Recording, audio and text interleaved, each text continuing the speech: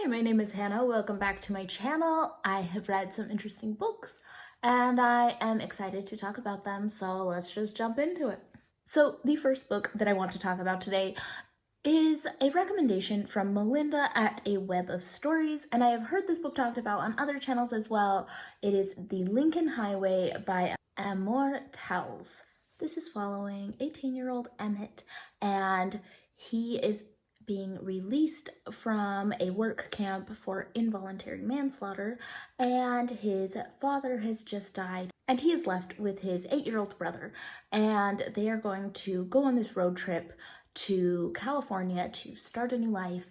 And what should happen but two of his friends from the work farm have escaped and now want to come with them. And so it's a bit of a crazy adventure told through many different perspectives. It is very much a William Kent Kruger type book. I think if you like that kind of book, you're gonna like this. It's very much, we're gonna have a group of boys go on an adventure and learn things about themselves and about life along the way. And I enjoyed it. I thought it was really good. I think that this is never my top kind of novel. If you like those kind of adventure novels following teenage boys coming of age, I think you would really like this one. I think it was really well done. Something I did find a little difficult within the book, and I think this is probably why I didn't connect with it fully, was that it was told a lot through the perspective of Duchess, which is one of the other characters, and I found him to be so unlikable. And I understand that it was trying to kind of show this broad picture, and it wasn't trying to say that everything he did was great and show him, as better than he was. But I was really annoyed with him throughout the whole thing. And I think you're supposed to be, but it was to the point where I'm like, I'm not feeling the sympathy and the acceptance that some of these other characters might be feeling. I'm feeling more anxiety anytime this guy is around. His complete lack of regard for other people and their feelings was difficult. Now, I had an amazing subscriber recommend the book A Taste for Poison, 11 Deadly Molecules and the Killers Who Used Them by Neil Bradbury, and this was great. This is exactly what it says in the title. It is going through different poisons and some high profile cases of how they have been used in different murders. And it was true crime, but in a way that didn't bother me, because sometimes I don't love true crime. True crime is a bit of a mixed genre for me, because sometimes I think, ooh, I don't want to be entertained off of these people's pain, or maybe it's not handled correctly. And this one was using a lot more historical cases and delving into what these poisons do in the body, and I didn't get that looming feeling of doom that sometimes true crime can give me. So it was an enjoyable true crime type book and very interesting to learn about these different poisons. And so I highly recommend, if you like this kind of thing. I thought it was so interesting. So yeah, I really enjoyed it. So this next book was a recommendation from Kim at Middle of the Book March, and I am so glad that she recommended this. So I picked up Not My Father's Son by Alan Cumming. Now, I know that he is an actor, but I am not oh wow, I am a fan. And when I'm reading a celebrity memoir, a lot of times I'd like to know who they are, right? But Kim recommended this, saying that it was just a really good book, regardless of who it was. And I'm like, great. I'll give it a try. I am so glad I picked this up. This was 5 stars, an excellent, excellent memoir. This is following his life. He is talking about his troubled childhood with an abusive father, and also flashing forward to closer to the current day when he's on one of those genealogy shows that wants to delve into his past.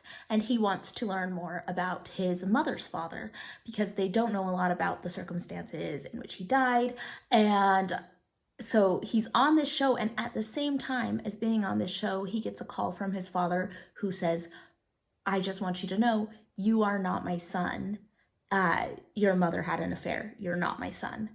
and him dealing with that, figuring out what's gone on, and just coming to terms with his childhood, his family relationships. It was an excellent book.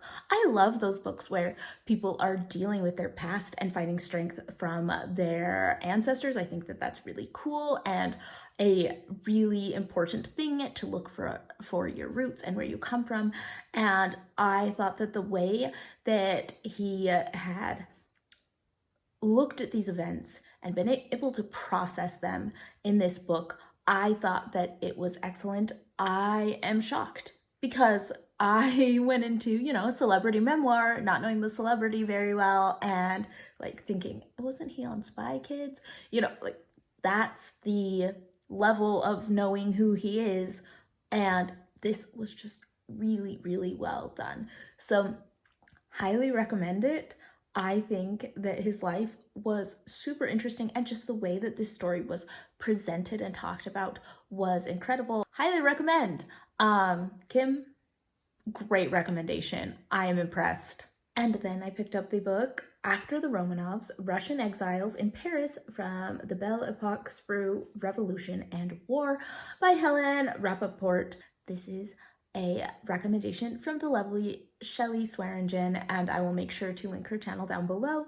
This is following the lives of Russian aristocrats and their lives before the revolution, and then fleeing Russia from the Bolsheviks and what happened afterwards. And as someone who doesn't know a ton about Russian history, I don't know if this is the best place to start, but it was very interesting. A lot of this was just going through, okay, these people used to be really wealthy and could buy all this extravagant things and live these disgustingly rich lifestyles, and then they had to go, isn't it a tragedy? They had to go work as taxi drivers and fashion designers and whatever else afterward. And I'm like, I understand that individually these might be personal tragedies to these people, but like when you're presenting it this way, I don't know if I'm connecting with it. I'm like, oh, that is a disgusting amount of spending. Oh, now they have to work for their money. Shucks, right? Like I think that maybe the connection was a little off, and I'm like, at a point I thought, this is getting a little tedious. Am I really just gonna hear, and this person struggled to make ends meet working as a tailor, and this person, and I'm like, all right, but then it started to kind of make sense because it talked about the influence that these emigres had on Russian politics moving forward, and that made a lot more sense. And so I think that had I understood maybe a little bit more of Russian history and what was going on, I would have maybe connected better to this book, because I was not quite sure why we were spending so much time in the background until closer to the end, and then I'm like, oh, well, that makes sense because now they're influential in this way.